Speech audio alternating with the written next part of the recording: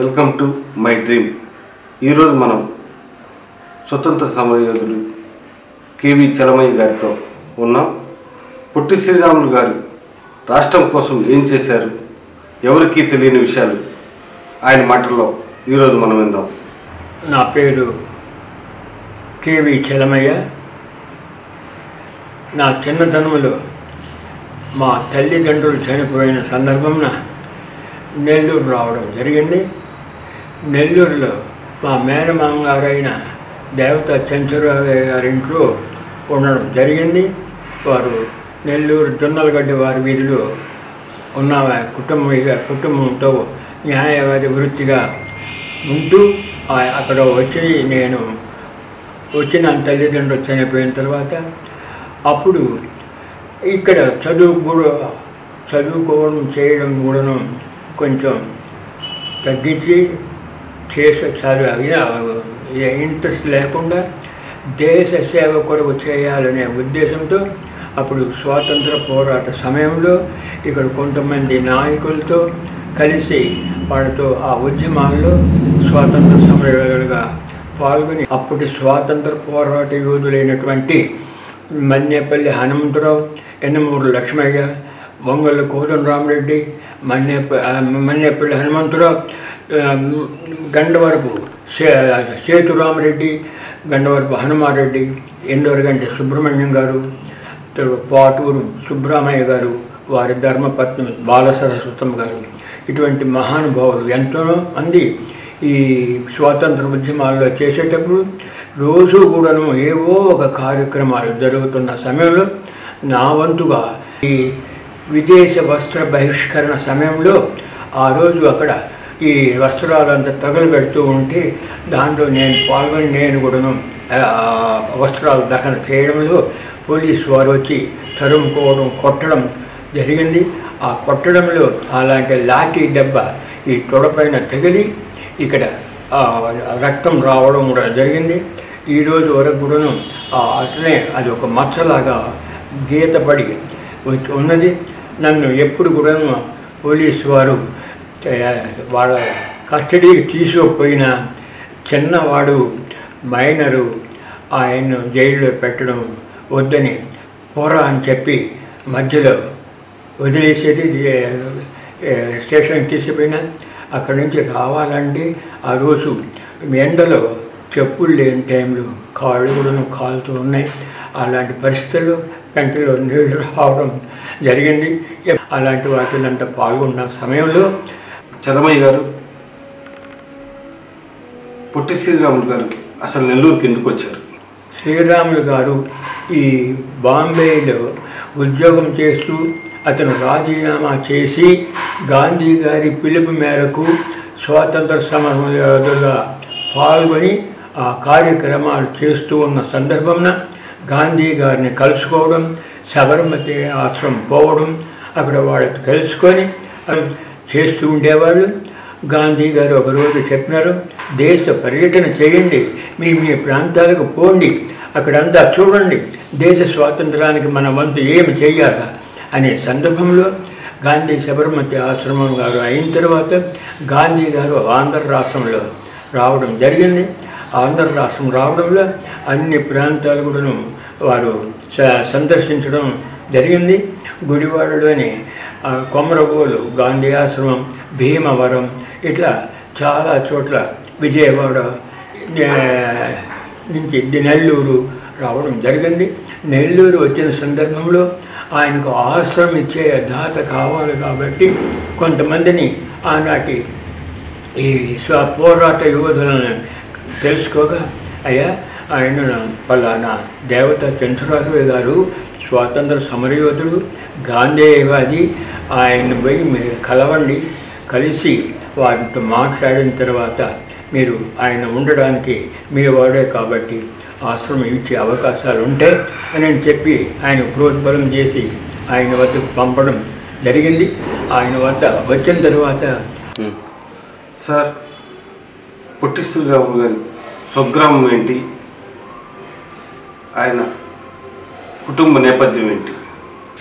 పొట్టి శ్రీరాములు గారి పూర్వీకులది వాళ్ళ తల్లిదండ్రులు కూడాను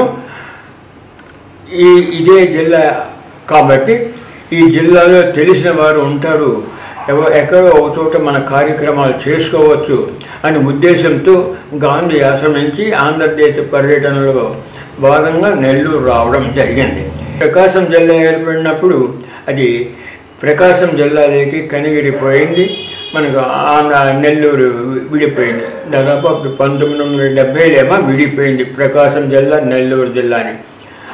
అలాగా ఏర్పడినప్పుడు ఇక్కడికి వచ్చి ఆయన ఉండడం చేయడం జరుగుతూ వచ్చింది.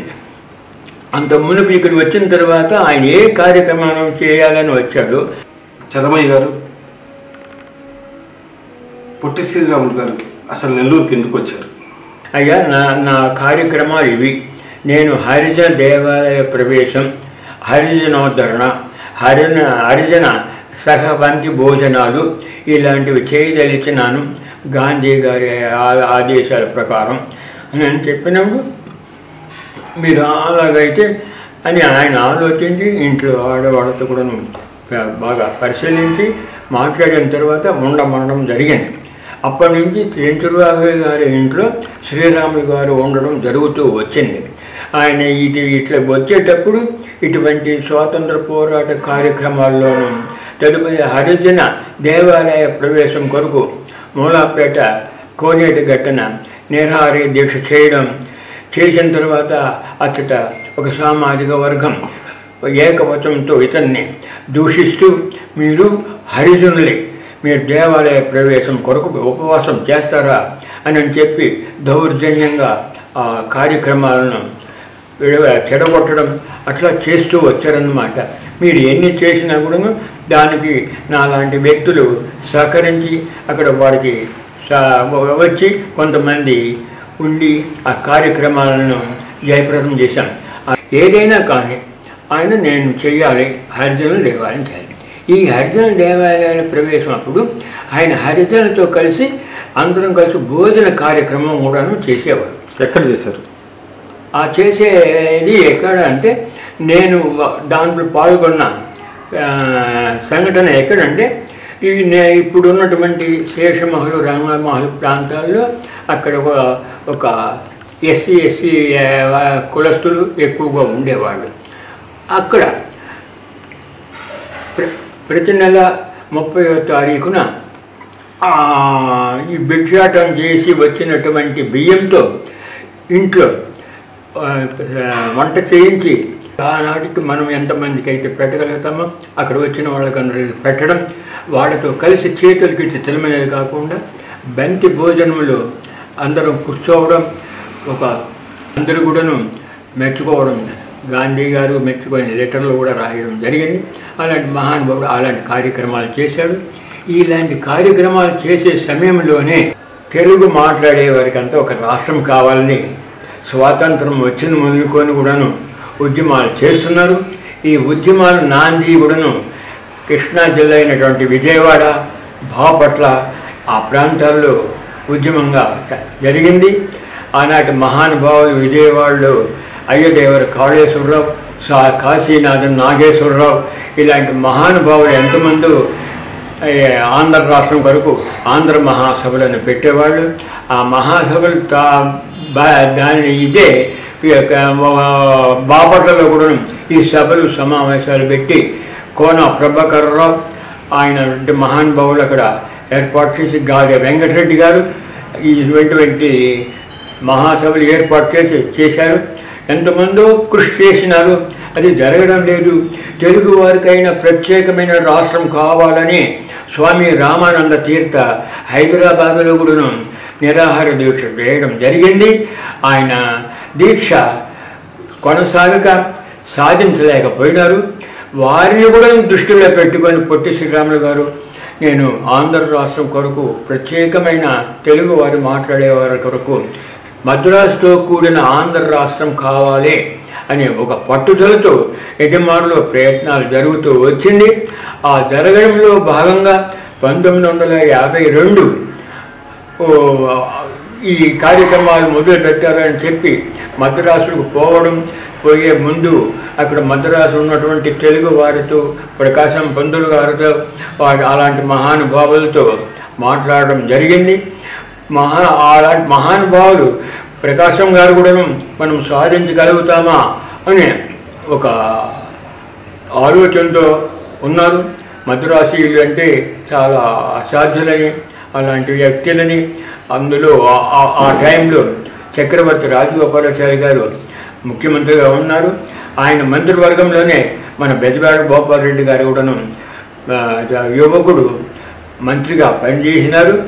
ఆ టైంలో ఇది చేసిన తర్వాత ఇక్కడ అన్ని అక్కడ మాట్లాడి వచ్చిన తర్వాత 1952 అక్టోబరు వినాయక చవితి రోజు ఇక్కడి నుంచి వారు బయలుదేరడం జరిగింది. ఈ బయలుదేరి అక్కడికి పోయిన తర్వాత అక్కడ డాక్టర్లని అందరినీ మాట్లాడడం చేయడం జరిగింది. అక్కడ పోయిన వెంటనే ఆనాటి శాసన మండలి స్పీకర్ అయినటువంటి బుడుసు సాంబమూర్తి గారు, స్వాతంత్ర సమరయోధుడు, కాకినాడ వాస్తవ్యులు, వారు అక్కడ ఉండడం చేయడం జరిగింది. వారింట్లో ఏర్పాటు చేసుకొని అక్కడ ఈ నిరాహార దీక్షకి ప్రవేశానికి వారికి ఆశ్రమం ఇవ్వడం అది ప్రారంభించినారు. 1952 అక్టోబర్ 19వ తేదీ నుంచి ప్రారంభం జరిగింది. ఆ ప్రారంభించిన మొదలుకొని కూడాను మన తెలుగువారు ప్రోత్సాహమే కూడా చాలా ఉంది. అచ్చట మద్రాసులో ఉన్నటువంటి తెలుగువారు అందరూ కూడాను దానికి ప్రోత్సాహం ఇచ్చినారు. కానీ ఇది జరుగుతుందా జరగదా అనే ఆలోచన ఎక్కువగా ఉంది. ఆనాడు మొదట్లో 30 రోజులు, 35 రోజులు, 40 రోజులు అయ్యేంత వరకు కూడా అంత ఉద్రిక్తం కాలేదు. అలాంటి టైంలో నెహ్రూ గారికి మద్రాసు ముఖ్యమంత్రిగా ఉన్నటువంటి రాజగోపాలాచారి గారు ఒక తప్పుడు రిపోర్ట్ ఇస్తూ వచ్చారు. ఆయన బతుకుతాడు, తింటున్నాడు, చేస్తున్నాడు అనేది ఇవ్వడం జరిగింది. నెహ్రూ గారు దానికి ఏమి చెప్పకుండా దీన్ని పొడిగిస్తూ వచ్చారన్నమాట.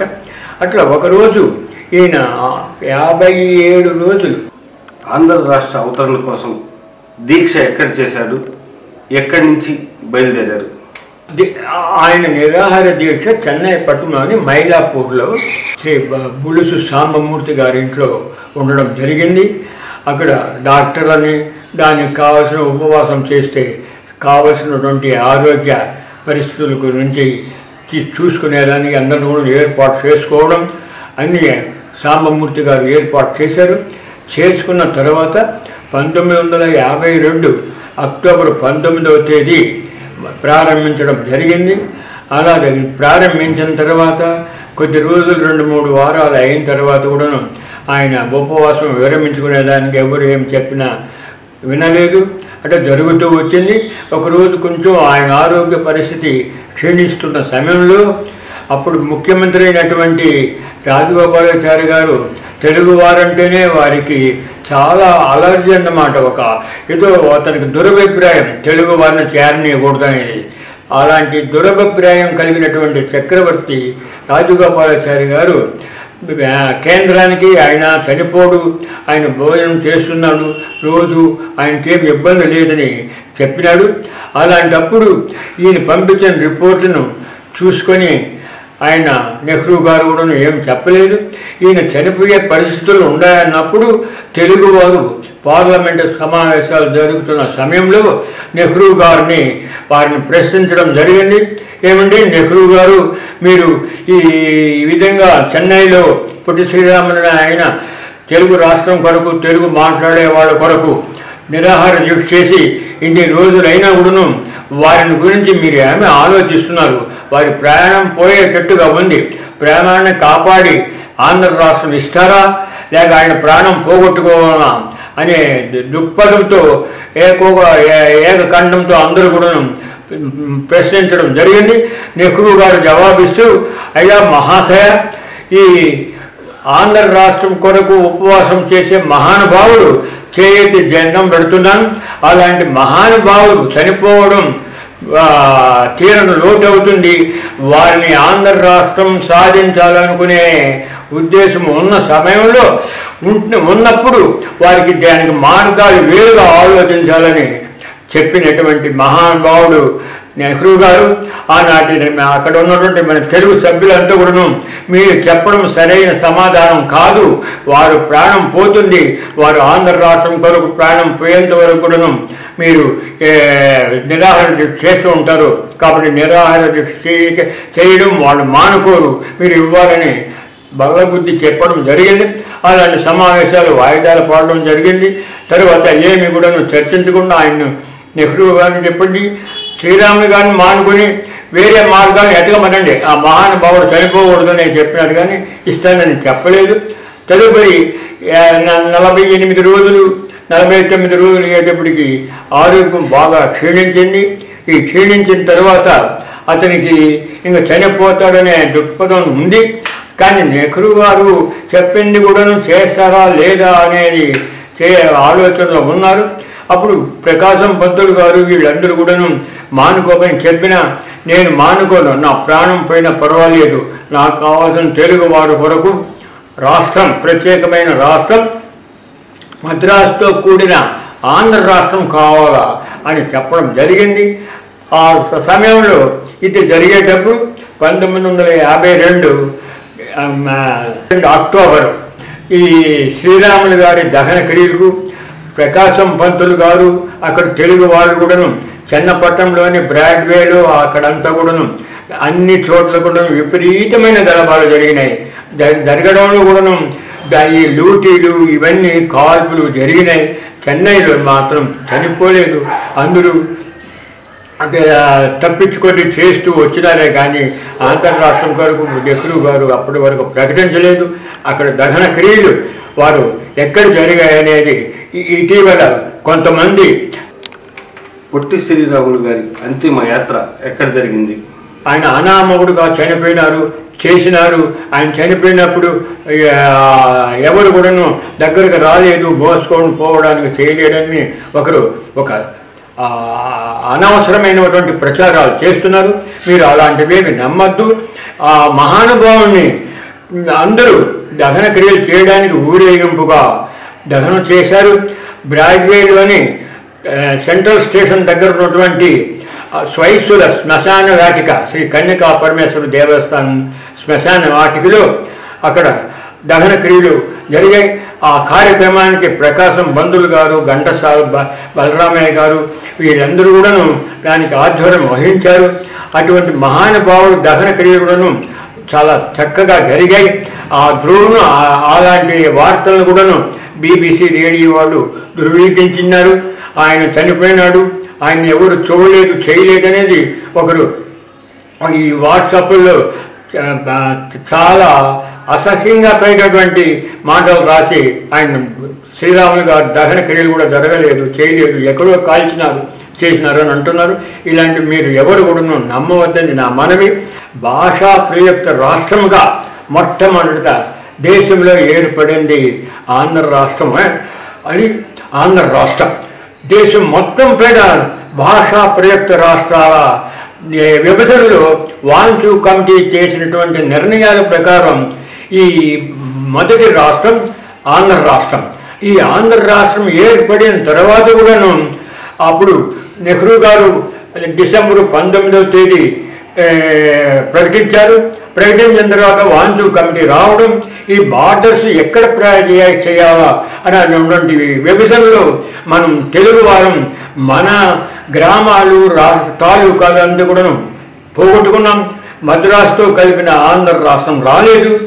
మద్రాసు దగ్గర ఉన్నటువంటి తిరువెళ్ళూరు, తిరుత్తణిలో సర్వేపల్లి రాధాకృష్ణ గారు ప్రెసిడెంట్ ఆఫ్ ఇండియాగా ఉప రాష్ట్రపతిగా ప్రొఫెసర్గా పనిచేసిన వ్యక్తి తెలుగువాడు. అలాంటి ప్రదేశాలను కూడా వాంచు కమిటీ వాళ్ళు ఇచ్చి వాళ్ళ చక్రవర్తి రాజగోపాలాచారి దీంతో పోగొట్టుకోవడం జరిగింది. మద్రాసు దగ్గర ఉన్నటువంటి కృష్ణగిరి, మద్రాసు దగ్గర ఉన్నటువంటి కృష్ణగిరి, హోసూరు కర్ణాటకలో, తరువాత ఈ కర్ణాటకలో ఉన్నటువంటి బళ్ళారి, ఇవన్నీ కూడాను హోస్పేట తెలుగువారి ప్రదేశాలన్నీ కూడాను వదులుకోవడం జరిగింది. అన్నీ నష్టపోయాం. తెలుగువారు పోయినాయే కానీ మనకేమి రాలేదు వాళ్ళ ప్రదేశాలు. ఇది జరిగినప్పుడు 1953 అక్టోబర్ 1వ తేదీ ఆంధ్ర రాష్ట్రంగా ఏర్పడింది. అప్పుడు రాజధానికి ఎక్కడ ఉండాలి అనే వివాదం కూడా మొదలైంది. ఆ మొదలవడంలో రాయలసీమలో పెట్టాలనే ఉద్దేశానికి వచ్చి అప్పుడు రాయలసీమ కర్నూలును ఎంచుకొని కర్నూలులో ఆంధ్ర రాష్ట్రం క్యాపిటల్గా ఏర్పడడం జరిగింది.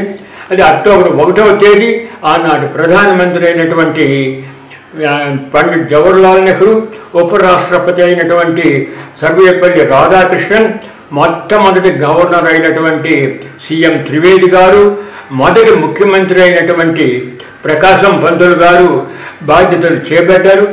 ఉప ముఖ్యమంత్రిగా నీలం సంజీవరెడ్డి గారు, గోపాలరెడ్డి గారు తదితర మంత్రులుగా ఏర్పడడం జరిగింది. ఇది జరిగిన తర్వాత కొద్ది రోజులకు తెలంగాణ వాళ్ళు మనకు ఆంధ్రులు కలిస్తే మనకు అన్ని వాళ్ళ వల్ల లాభాలు ఉంటాయి చేస్తాయి అని చర్చించుకోవడం జరిగింది. అప్పుడు నైజాం స్టేట్, హైదరాబాద్ ఉండేటువంటి నైజాం స్టేట్కి ముఖ్యమంత్రిగా బూరుగుల రామకృష్ణరావు గారు అని ఆయన ఉన్నారు. వారు కొండ కేవి రంగారెడ్డి గారు, ఇంకా స్వామి రామానంద తీర్థ, అక్కడ ఉన్నటువంటి మహానాయకులందరూ చర్చించుకోవడం జరిగింది. వాళ్ళు మన సంపద వాళ్ళు తీసుకుపోతారు, వాళ్ళు మనకు వద్దు అని చెప్పినారని చెప్తున్నారు. అలాంటి సమయంలో రంగారెడ్డి గారు ఏం చెప్పారంటే, అయ్యా మనకు ఆల్కహాల్ పైన వచ్చేటువంటి పన్ను, దానికి 10 వాళ్ళ భూమి శిస్తు రెవెన్యూ ద్వారా వస్తుంది పన్నులు, వాళ్ళ డబ్బుతో మనం సుఖపడతామే కానీ మన డబ్బుతో వాళ్ళు సుఖపడలేరు అని చెప్పి కలుసుకోవడం చెందడం. వాళ్ళ అసెంబ్లీలో తీర్మానం చేసిన తర్వాత అక్కడ అన్నటువంటి ఆంధ్రులు అందరూ కలుసుకొని ఒకటిగా ఉండాలనే ఒక అభిప్రాయానికి వచ్చిన తర్వాత 1956 నవంబర్ 1వ తేదీ నుంచి ఆంధ్రప్రదేశ్గా ఏర్పడింది. ఆంధ్రప్రదేశ్గా ఏర్పడింది. ఆ ఆంధ్రప్రదేశ్గా ఏర్పడిన తర్వాత మొట్టమొదటి ముఖ్యమంత్రిగా ప్రమాణ స్వీకారం చేసిన నీలం సంజీవరెడ్డి గారు. 7 మంది అనేది నాకు తెలుసు. ఈ 7 మంది శిష్యులుంటే ఎప్పుడో స్వాతంత్రం వచ్చేదని చెప్పినటువంటి మహానుభావుడు మహాత్మా గాంధీ శిష్యుల్లో కొంతమందిలో ఉన్న వాళ్ళలో శ్రీరాములు గారు ఒకరు. శ్రీరాములు గారంటి వ్యక్తులు 7 మంది దీక్షాపరులు అని ఉంటే ఎప్పుడూ స్వాతంత్రం చెప్పినటువంటి మహానుభావుడు. ఇటీవల ఉపన్యాసాల్లో కూడాను శ్రీరాముల జయంతి వర్ధంతులప్పుడు అందరూ మాట్లాడడం జరిగింది. అతనికి అక్కడ ఏమి చేయాలా, ఏమి వ్యాపారస్తులకైతే ఏదో ఒక ఆలోచన ఉంటే అతనికి ఒకటే వ్యాపారం, దేశ సేవ, స్వతంత్రం, తెలుగు వారికి ఆంధ్ర రాష్ట్రం అనేది. అలాంటి మహానుభావులను ప్రభుత్వాలు వస్తున్నాయి పోతున్నాయి.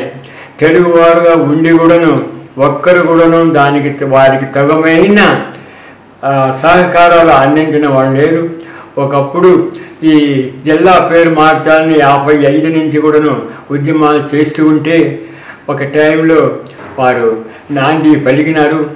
ఇప్పుడున్నటువంటి గత ప్రభుత్వం వారు హైదరాబాదులో ఉన్నప్పుడు నెల్లూరు జిల్లాను పొట్టి శ్రీరాములు జిల్లాగా మార్చాలనేది నాంది పలికినారే కానీ ఆచరణలో పెట్టలేదు మహానుభావుడు. తదుపరి వచ్చినటువంటి వైఎస్ రాజశేఖర రెడ్డి గారి పూజ్యులు వారి భిక్ష నెల్లూరు జిల్లాను పొట్టి శ్రీరాములు జిల్లాగా మార్చినారు. అది 2008 జూన్ 4వ తేదీ నుంచి శ్రీ పొట్టి శ్రీరాములు నెల్లూరు జిల్లాగా ఏర్పడిన మొదలుకొని కూడాను దానికి ముందు కూడాను మేము వారికి భారత రత్న ఇవ్వాలి, వారి కాంచి విగ్రహాన్ని పార్లమెంటు ఆవరణలో పెట్టాలి, అసెంబ్లీ ఆవరణలో వారి కాంచి విగ్రహం పెట్టాలని, వారి చిత్రపటాలను పార్లమెంట్ హాలు, శాసనసభ హాల్లో పెట్టాలి అనేది మా వాదన. అదే జరుగుతూ వచ్చింది.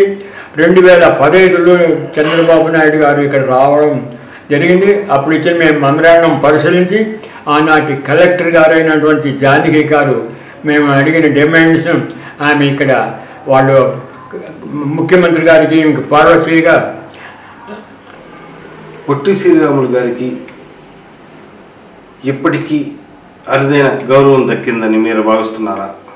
2019 18, 19లోనూ ఆనాటి గవర్నమెంట్గా ఉన్నటువంటి వారు అదే నేడు ఉన్నటువంటి జగన్మోహన్ రెడ్డి గారి ప్రభుత్వం వచ్చిన తర్వాత ఈ వర్ధంతులను జయంతులను అధికార కార్యక్రమాలుగా చేయాలని వాళ్ళు చెప్పడం జరిగింది.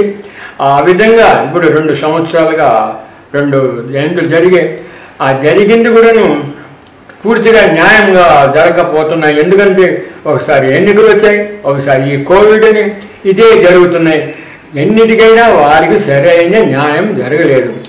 ఇటీవల మరణించిన వారి గురించి భారతరత్న ఇవ్వాలని నుండి నేటి ప్రభుత్వం కొడతా ఉంది. కొంతమంది సంగీత కళాకారులకు ఈ త్రివర్ణ పతాకం రూపకల్పన చేసిన వారికి ఇంకా తదితరులకి అందరికీ ఉంటున్నారు. మేము చెప్పేది ఒకటే, ఏ సమావేశంలో మాట్లాడిన ఒకటే, జగన్మోహన్ రెడ్డి గారు మీరు గొప్ప మనసు చేసుకొని భారతరత్న ఇవ్వాలని మీరు జరిగే అసెంబ్లీ తీర్మానం చేయండి, కేంద్ర ప్రభుత్వానికి పంపండి అని చెప్పడం జరిగింది. అదే నేడున 16వ తేదీ మార్చి 16వ తేదీ జయంతి సందర్భమున మేము కలెక్టర్ గారిని కోరితే కలెక్టర్ గారు ఆయన నేటి గవర్నమెంట్కి వాళ్ళు ఒక రిపోర్ట్ పంపడం జరిగింది. చలమయ్య గారు అడిగింది కరెక్టేను, ఈ విధంగా మీరు చేయండి అని చెప్పింది. వెంటనే భారతరత్న ఇవ్వాలి అంతే. మేము కోరుకునేది చివరి కోరిక ఏంటంటే ఈ నెల్లూరు జిల్లా అనేది తీసేసి శ్రీ పొట్టి శ్రీరాములు జిల్లాగానే నామకరణం చేయండి. ప్రకాశం జిల్లా చేశారు, వైఎస్ఆర్ జిల్లాగా చేశారు, కడప లేని వైఎస్ఆర్ జిల్లాగా చేయండి, నెల్లూరు లేని శ్రీ పొట్టి శ్రీరాములు జిల్లాగా చేయండి, భారతరత్న ఇవ్వండి, అసెంబ్లీ ఆవరణలో వారి విగ్రహాలు పెట్టండి. మీరు అనుమతిస్తే మా ద్వారా, మా సామాజిక వర్గ ద్వారా మీకు ఆ విగ్రహాల ఖర్చు కూడా మీరు పెట్టుకోవాలని మేము ఇస్తాం, మీరు దాన్ని పెట్టండి, అసెంబ్లీలో కానీ పార్లమెంట్ ఆవరణలో కానీ పెట్టండి మనం చేస్తున్నాను. మన నేటి ఉపరాష్ట్రపతి వెంకయ్య నాయుడు గారు అప్పుడు గ్రామీణ అభివృద్ధి శాఖ మంత్రిగా ఉన్నప్పుడు ఢిల్లీ కూడా వెళ్ళి వారి విగ్రహం పెట్టమని చెప్పడం జరిగింది. పరిశీలన చేస్తానని చెప్పినారు. వారి తోడ్పాటు కూడాను మనకు కావాలి. మా వెంకయ్య నాయుడు గారికి కూడాను గౌరవనీయులైనటువంటి వారికి నా సూచన, మీరు భారతరత్న తర్వాత వారి విగ్రహం పెట్టడం మా ముఖ్య ఉద్దేశం. అది మేము సాధించాలని, మేము జీవించి ఉన్నప్పుడే చూడాలనేది మాకొక కోరిక. మా స్వాతంత్ర సమరయోధులుగా మా కోరికను కూడా మీరు మన్నించి చేయాలని కోరుకుంటున్నాను. మేము ప్రభుత్వం నుంచి కూడా ఏమి ఆశించడం లేదు. మీ ప్రతిఫలాలు మాకు అవసరం లేదు. మాలాంటి వారిని రాబో 75వ స్వాతంత్ర సమర సంఘ ఉత్సవాల్లో మాలాంటి వారిని మీరు గ్రహించి గుర్తించితే చాలు అనేది మా మనవి. మీరు మాకు ఏమి ఇటువంటి ప్రతిఫలాలు అక్కర్లేదు. నా వరకు అది మీకు మనవి చేస్తున్నాను. మీరు వెంటనే ఆమోదించి మా సూచనలను భారతరత్న ఇవ్వమని డిమాండ్ చేస్తున్నాను. ఇప్పటి వరకు చూశారు కదా, కేవి చలమయ్య గారు పొట్టి శ్రీరాములు గారి గురించి ఎన్నో విషయాలు మనం ఇప్పుడు తెలుసుకున్నాం. మరో ప్రత్యేక కార్యక్రమంలో మళ్ళీ కలుద్దాం. Signing off Harish.